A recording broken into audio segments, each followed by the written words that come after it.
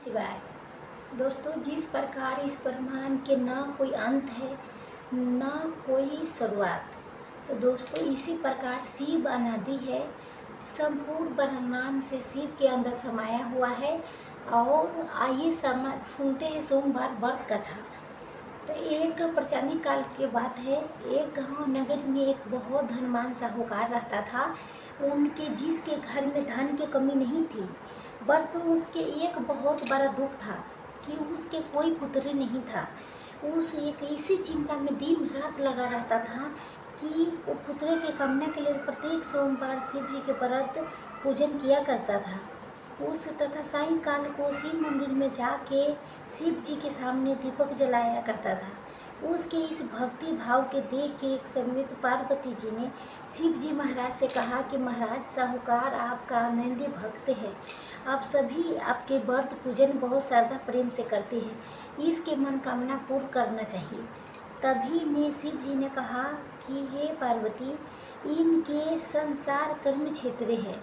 इनके जैसे किसान खेत में जैसा बीज बोता है वैसा ही फल करता है। तो उसी तरह इस संसार में जैसा कर्म करेगा वैसा ही फल भोगते हैं।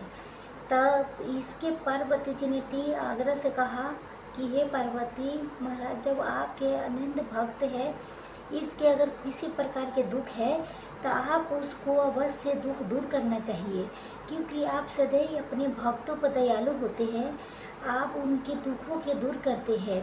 तभी आप ऐसा नहीं करेंगे तो मनुष्य आपके सेवा तथा व्रत क्यों करेगा। तभी पार्वती जी के ऐसा आग्रह देख के शिव जी महाराज कहने लगा कि हे पार्वती, इसके कोई पुत्र नहीं है, इसके चिंता में ही यति दुखी रहता है।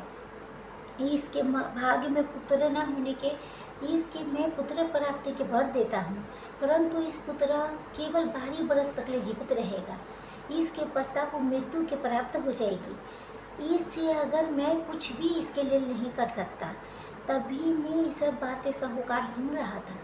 तभी ने इससे उसके न कोई खुशी हुई और न कोई दुख हुआ। वो पहले जैसे शिव जी महाराज के व्रत पूजन करता रहा।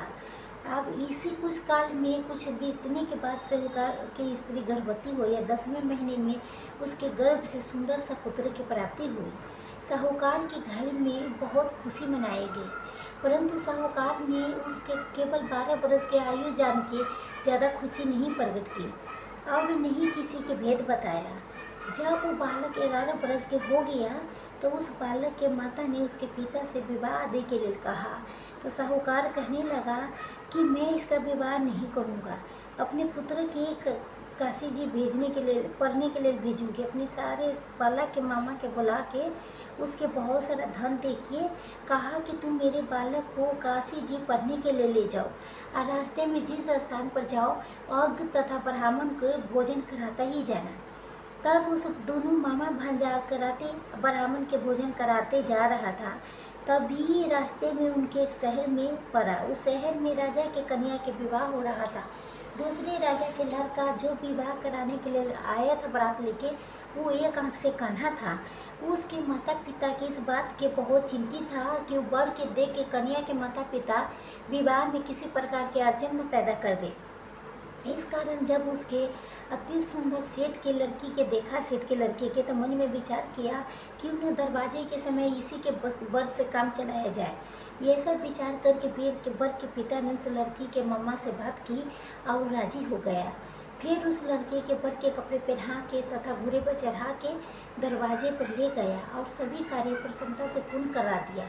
फिर वर के पिता ने सोचा कि अगर ब्याह कार्य इसी लड़का से करा लिया जाए तो क्या बुराई है। ये सब विचार करके लड़के उसकी मम्मा से कहा, अगर फेरों के काम कन्यादान के काम को करा दे तो आपकी बड़ी कृपा होगी और मैं इसके बदले में आपको बहुत कुछ धन दूंगा। तो उसके स्वीकार कर लिया और विवाह कार्य भी बहुत अच्छी तरह से पूर्ण हो गया। तभी परंतु जिस समय लड़का जाने लगा तो राजकुमारी के चुंदरी के पल्ले पर लिख दिया कि तेरा विवाह मेरे साथ हुआ है, परंतु जिस राजकुमार के साथ तुम उनके भेजेगे वो एक आँख से कान्हा है, मैं काशी जी पढ़ने जा रही हूँ। लड़के के जाने के बाद उस राजकुमारी ने जब अपनी चुंदरी पर ऐसा लिखा हुआ पाया तो उसने राजकुमार के साथ जाना से मना कर दिया और कहा कि मेरा पति वो नहीं है, मेरा विवाह इसके साथ नहीं हुआ है, वो तो ये काशी जी पढ़ने के लिए गया है। अब राजकुमारी के माता पिता ने अपने कन्या से विदा नहीं किया और वह बारात आपस चली गई। जब सेठ के लड़का और उसके मामा काशी जी पहुँचे तो जाके उन्हें आगे कराए और लड़के से पढ़ना शुरू कर दिया। जब लड़की की आयु 12 बरस की हो गई थी तभी उस दिन आगे रचा रखा था कि लड़की ने अपने मामा से कहा कि मामा जी मुझे आज मेरी तबीयत ठीक नहीं लगता है। तभी मामा ने कहा कि अंदर जाओ और सो जाओ। जब ही लड़का अंदर जाके सो गया और थोड़ी देर में उसके प्राण निकल गया तभी उसके मामा जब गया रूम में तो देखा प्राण निकल गया है, मेरा भंजा जीवित नहीं है। तो खूबे रोने लगा, चिल्लाने लगा खूबे। तो उसी समय माता पार्वती शिव जी घूमने के लिए आ रहा था। तभी इन्हें माता पार्वती कहते हैं से देखो धरती पर क्या हो गया है, से बहुत कोई रो रहा है।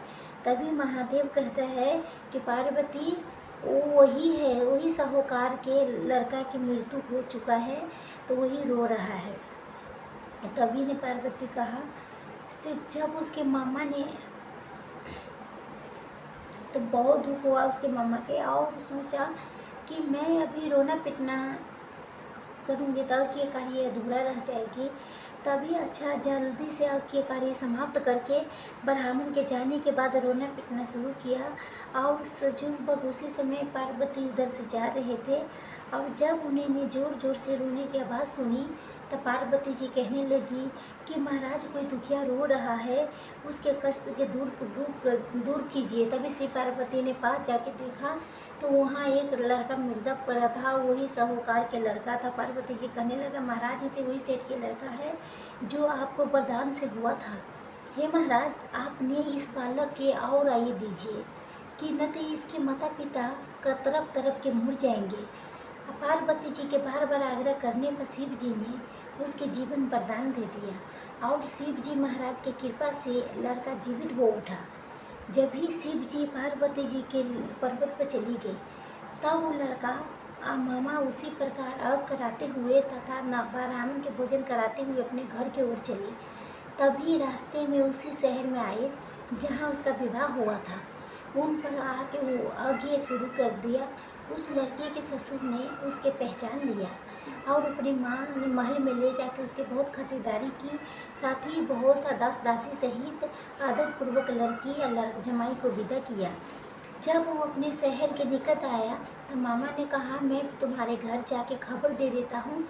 तभी उसके लड़का के मामा घर पहुंचा तो लड़का के माता पिता घर की छत पर बैठे थे और ये प्रण कर रखा था कि अगर मेरे पुत्र कुशल मंगल लौट आया तो मैं राजी खुशी नीचे आ जाएंगे, अन्ना तो छत से गिर के अपने अपने प्राण खो देंगे। इतने में उस लड़का के मामा आके समाचार दिया कि आपके पुत्र आ गया है, लेकिन उस पर विश्वास नहीं हुआ।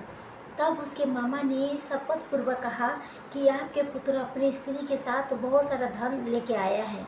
तब सेठ ने आनंद के साथ उसका स्वागत किया और बहुत खुशी से रहने लगे। तो इसी प्रकार से जो भी सोमवार के व्रत के धारण करता है अथवा इस कथा के सुनता पढ़ता है तो उसके सभी मनोकामना पूर्ण होती है। तो उम्मीद है आपको सोमवार के व्रत अच्छी लगी होगी। तो अगर आपको वीडियो अच्छा लगी होगी तो कमेंट ओम नमः शिवाय ज़रूर लिखना और वीडियो के लाइक शेयर जरूर करना दीजिए। दोस्तों धन्यवाद। आप सब कुशल मंगल में रहिए दोस्तों। मेरे वीडियो पूरा देखिए और मुझे भी लाइक शेयर अच्छे कमेंट कीजिए, मुझे भी आगे बढ़ाइए। आप सबके दुआ से मैं भी आगे बढ़ना चाहती हूँ। तो आप सब मेरे साथ बने रहिए मेरे चैनल पर। आप सब पूरा वीडियो ज़रूर देखिए दोस्तों।